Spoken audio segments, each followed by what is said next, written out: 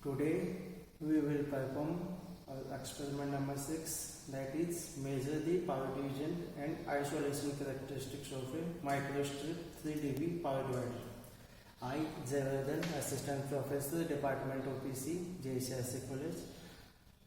So before performing this experiment, first I show the required component. So this is the our 3 dB power divider. This one is the called mesh termination that can be used for terminating any ports that are not using for observation purpose at particular time. This is our microwave signal generator. This can generate microwave power from 2 GHz to 3 GHz frequency range. By varying this switch, we can change the frequency range. This is the RF output. From here we get the microwave output signal. This is RF level. By varying this switch, we can control the output of RF microwave power signal. This is our VSWR meter. Here this can be used as power meter. This rad scale, dB scale is used for the calculation of microwave power. By varying this switching knob, that can set the input power signal in a particular set of range. Okay, so the equipment required is, one is the microwave signal generator, 3 dB power divider, VSWR meter, detector, attenuator and connector.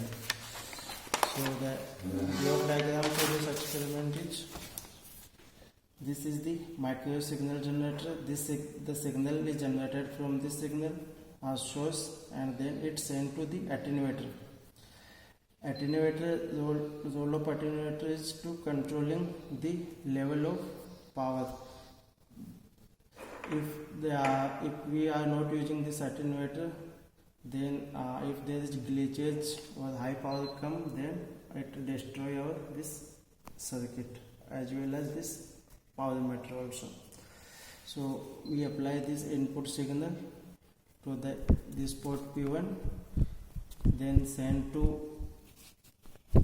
this input power at this port P2, and this P3 port is the terminated for the first observation, and then we get output at this VSWR meter. So input power at P1, then coupling power at P2, and P3 is terminated with mesh termination. So the coupling power, then repeat this reading and we change. The P2 is terminated and get output from this P3 terminal. So these are the coupling power we observed. Like suppose this is the XDB and YDB. So now to observe the coupling loss, we get difference of this P2 minus P1. This give S21. This is the coupling loss from port 2 to 1. Means इस port से इस port पे पहुंचने में जो power loss हुआ वो हमें called as S21. And similarly S31, जब पोर्ट 3 से मतलब पोर्ट 1 पे इनपुट दिया, पोर्ट 3 पे आउटपुट लिया, तो जो पावर लॉस हुआ that is called coupling loss and denoted by S31. Now for the calculation of isolation, we terminated this input port P1 and take reading from these two ports.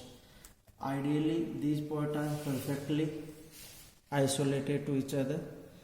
When we send any power at this port, then output power should be 0, because they are isolated to each other, but practically we get very small amount of power. So P2 is act as input port in this case, and P3 is act as output port. So we get output at this P3 terminal, and when we notice, then we check there is large attenuation observed in this case, and this isolation loss is P3 minus P2. When when we feed input at this port and get output from this port, then the losses occurred by this transmission line or occurred by this circuit is called isolation loss and denoted by S32. Same step is repeated in reverse order.